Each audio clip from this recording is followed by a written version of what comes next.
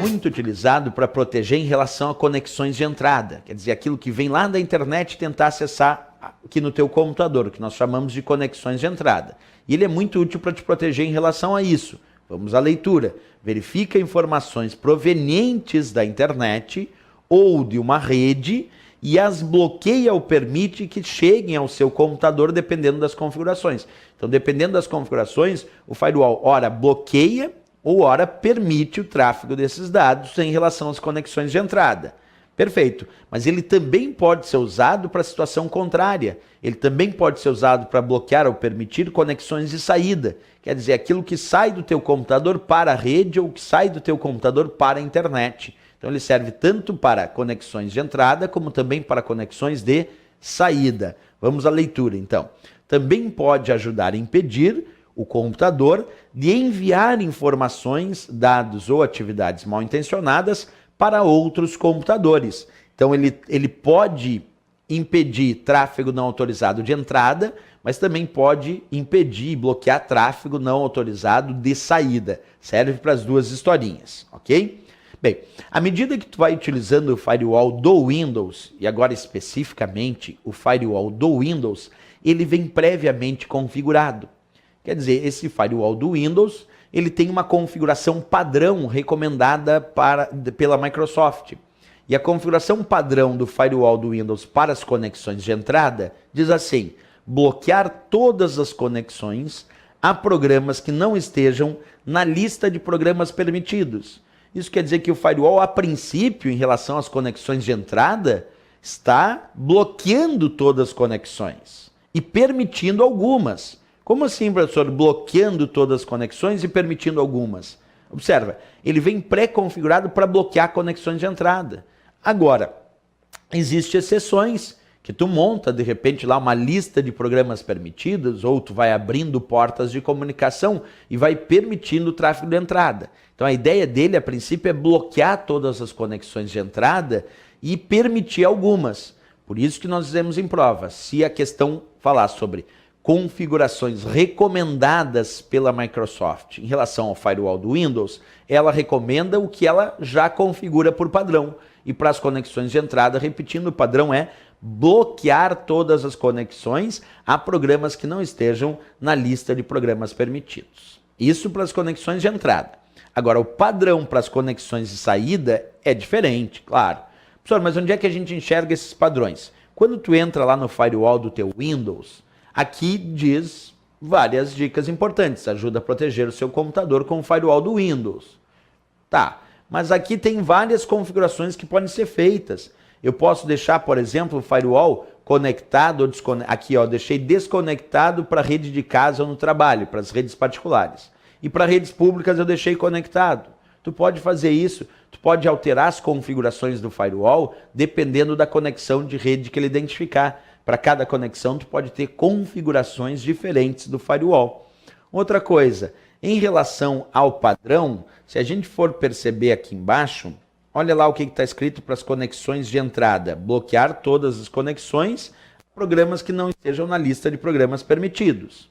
Bem, mas professor, e as conexões de saída do firewall? Como é que ele está configurado? Aquilo que sai do meu computador para a internet ou sai do meu computador para a rede?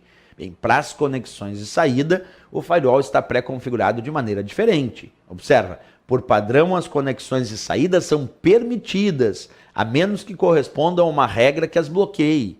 Quer dizer, o contrário das conexões de entrada. Nas conexões de entrada, o padrão dele era bloquear todas as conexões e permitir alguma coisa.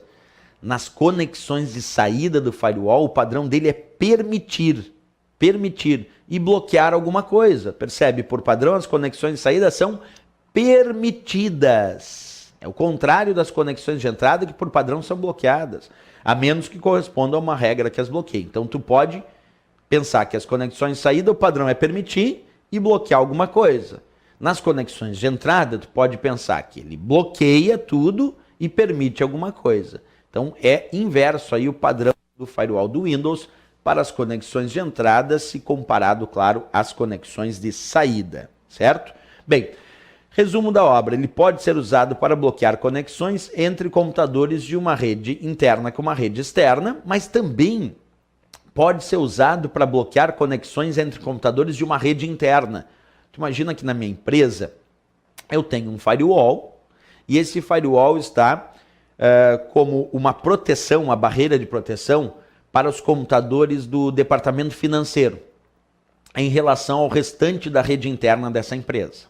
Então, o firewall pode sim ser usado para proteger certos computadores da rede interna daquela empresa em relação aos outros computadores dessa mesma rede interna. Porque a ideia inicial, a ideia padrão do firewall, quando tu imagina ele, é proteger a rede interna da rede externa à internet. Perfeito, essa é a ideia conceitual, normal, tá certo. Ele protege uma rede interna, um computador interno, de uma rede externa como a internet. Para isso, a princípio, ele foi produzido. Mas se a prova cobrar que é possível colocar o firewall para proteger determinados computadores de uma rede interna, do restante da rede interna daquela empresa, está correto. E é o que eu descrevo aqui, ó. Pode ser usado para bloquear conexões entre computadores de uma rede interna. Isso é possível que seja feito em relação ao firewall. Tá?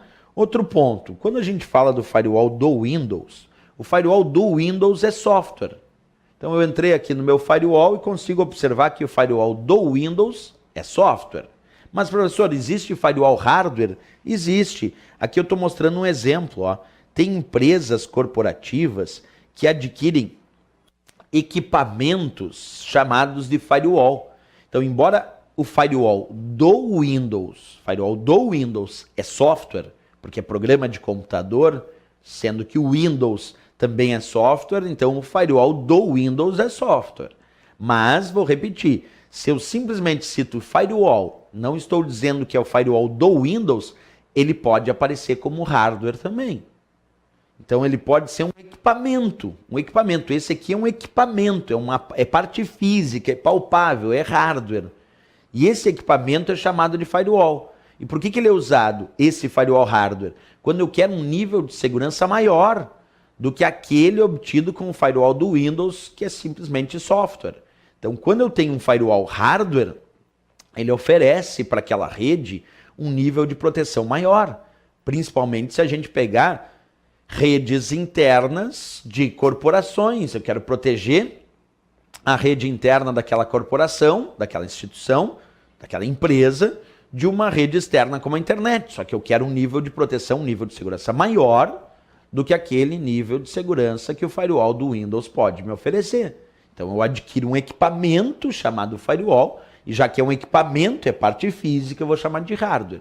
O resumo é que firewall pode aparecer como software, firewall pode aparecer como hardware, ou associação de ambos, hardware associado a firewall para fazer o controle de segurança dessa rede interna e impedir tentativas de invasão, impedir que essas invasões possam ter sucesso e controlar o fluxo de dados entre as conexões de saída e as conexões de entrada dessa rede. Essa é a ideia que a gente tem do firewall. Né? Então, repetindo aqui a informação, o firewall pode aparecer de fato como software ou hardware, isso é certo.